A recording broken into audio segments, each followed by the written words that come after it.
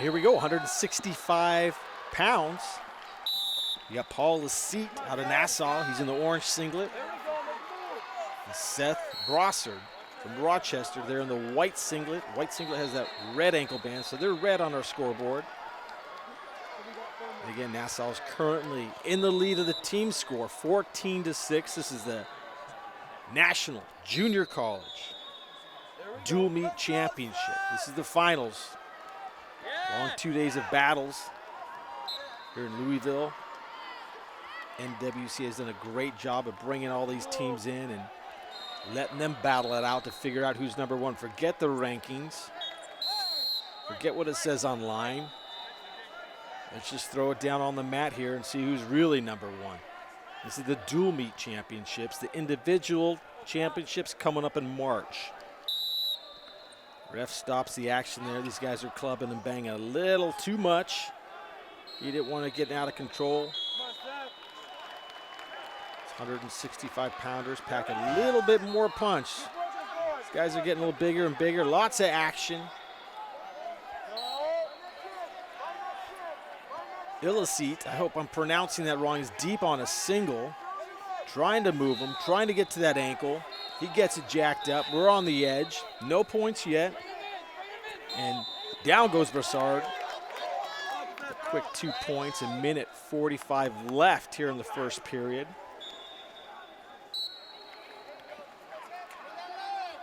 Illicete heavy on top. Let's see. Nice mat return, brings him back down. Both wrestlers still seem fresh, but like I said earlier, those mat returns are going to take a lot out of that bottom wrestler. Got to battle your way all the way back up, carrying your opponent's weight, only to get mat return. Messes you up physically and messes you up mentally when you get mat return. As a coach, nothing like seeing a good mat return from the top position. Brossard still battling. Nassau wrestlers got to stay off that ankle. That ref's going to ding him for stalling. He keeps picking it and keeps holding it. He's got to be active on top, looking for that turn. Another mat return, not quite there. Didn't go all the way. There's the mat return, and he takes him out of bounds. So he's got his minute riding time. Again, we're early in the first period. We're not early, but it's the first period, 45 seconds left. Brossard's got to get something going off the bottom here. Ref doesn't like that start position from Paul Illicete. Put a little too much weight, pressure forward. There's a clean start. Brossard's turning in.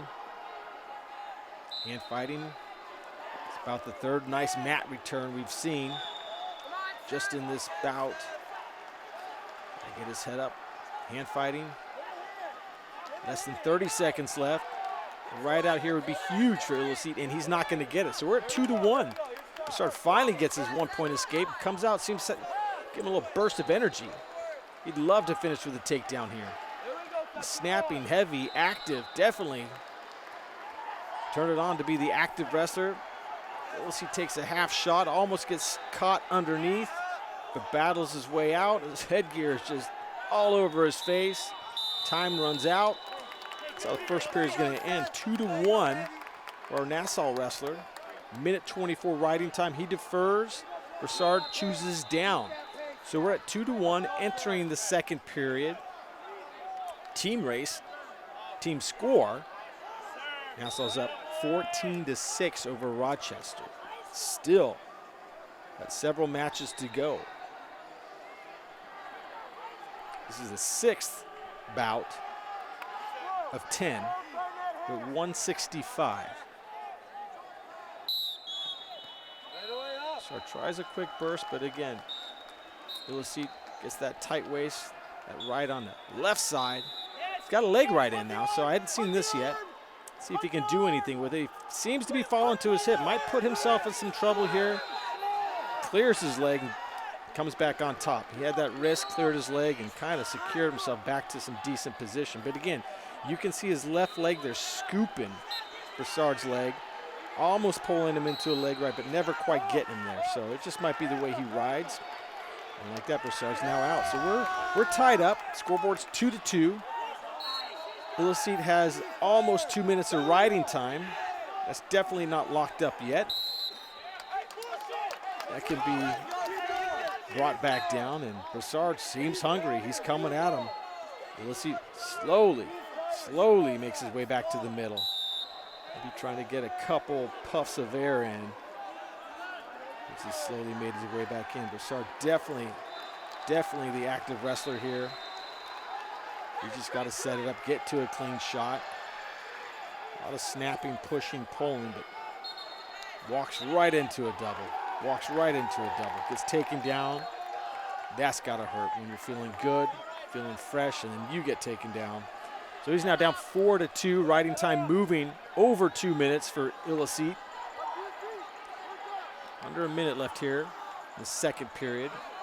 Again, Brossard's not out of this. He's got to get his head up, get his 1 point, but again, you see Illicete hooking that ankle, making it really hard for Brossard to get his base underneath him.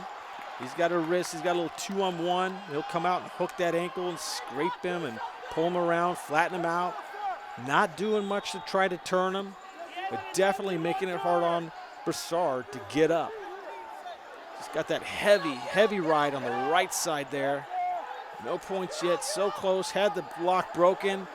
Stalling, Illicete's got to do more than that.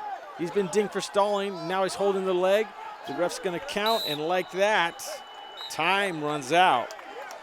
So Brossard got dinged for stalling, was holding the leg, about to get dinged for another stall. Time ran out, and he probably knew how much time he had. So here we go, third period. Illicete chooses bottom. Riding time almost locked out. See if Brossard's got something on top. Try to get a turn. Ref counting on that leg there. Again, in college, a wrestler drops to that leg. You got about a 5 count till you get called for stalling. Too many wrestlers in years past just used to drop to a leg and really stall it out. So I think it's a great rule they changed recently. And so the wrestler will drop to the leg right there, and they'll hear that ref start counting, and before they get to that 5 count, they'll release or they'll get dinged for stalling. Brossard being active on top, but not very close to getting a turn, so you might want to rethink his game plan.